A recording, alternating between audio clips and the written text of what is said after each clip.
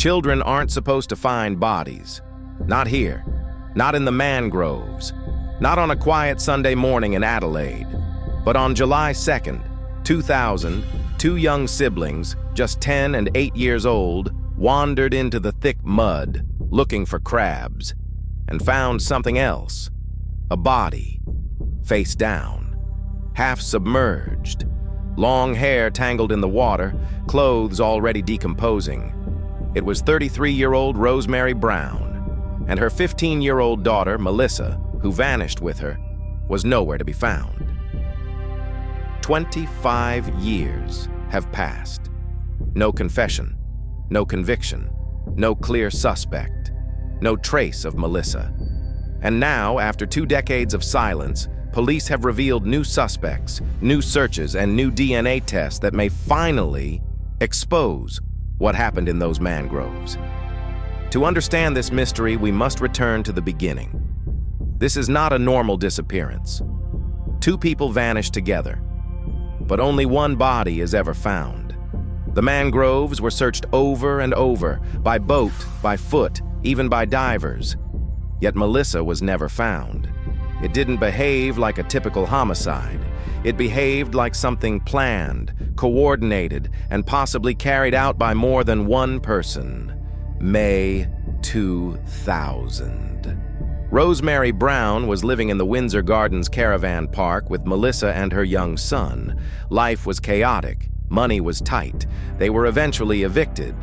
With nowhere to go, another resident, Mark Nichols, offered them a place to stay in his caravan. It seemed like kindness, but only 3 days later, they were evicted again. This time, the 4 of them, Mark, Rosemary, Melissa, and Rosemary's boy, ended up sleeping at the Garden Island boat ramp, a cold, isolated place where no one would hear or see anything. On May 8th, a friend allowed them to place the caravan in her yard at Blair Athol. It wasn't much, but at least it was safe. 5 days later, they vanished. Mark Nichols claims that at 2:30 in the morning on May 13th, Rosemary and Melissa left the caravan on foot to search for Rosemary's son.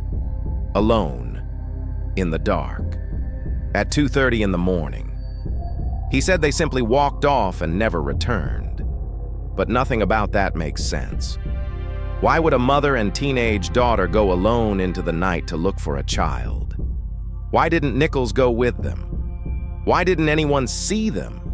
And why did Rosemary's handbag, found abandoned in Northfield the same day, only get handed to police 10 days later, after a public appeal? Someone had it. Someone waited. And that someone was never identified. Fast forward to July 2nd. The tide is low. 2 children wander through the mangroves. They see something pale beneath the water. A shape. A body. They run, terrified. Their father takes them to the police. At first, officers ask if they might have mistaken it for a mannequin. But the children know what they saw. When police return with the family, the tide has risen. The body is gone. Only hours later, when the water recedes, do they find Rosemary face down, about 150 meters from shore. But Melissa is still missing. From here, the case only becomes stranger. If both vanished together, why was only Rosemary found? Why didn't Melissa's body surface anywhere in the mangroves? The area was searched repeatedly. Nothing. Not a shoe. Not a bone. 2 suspicious vehicles come into focus. A 2-toned brown Holden Commodore that was spray-painted black around the time of the disappearance. And a blue Ford Falcon seen in the area days afterward, both still unaccounted for. Police later confirmed something chilling. They believe more than one person helped commit the murders and dispose of the bodies. So we return to the most haunting question of all.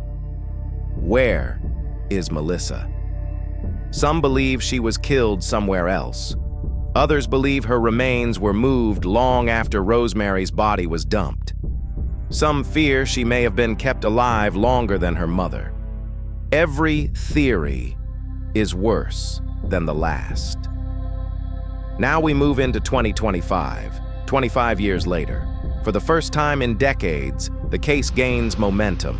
Police officially search 2 homes. They seize a knife for DNA testing. They confirm new suspects have been identified. They publicly state the investigation has finally progressed. Detective Superintendent Darren Fielke reveals the biggest shift in 25 years. More than one person was involved. And some of them may still be alive, still silent, still holding the truth. Melissa's father, Barry, still wonders what kind of woman his daughter would have become. Her sister, Kayla, calls Melissa her best friend, her shadow, her favorite person. And after 25 years, they still have no grave to visit, no remains to bury, no answers. 25 years, one body, one missing teenager, 2 suspicious vehicles, a knife undergoing DNA testing, multiple suspects newly identified, and an entire mangrove system that still hides its secrets. The truth is cracking open. But the real story, the one involving the suspects, the evidence failures, and the terrifying reason Melissa was never found, comes next. Part 2 is where everything changes. Before you go, don't forget to like this video, leave a comment with your theories, subscribe to the channel, and turn on notifications so you don't miss when Part 2 drops.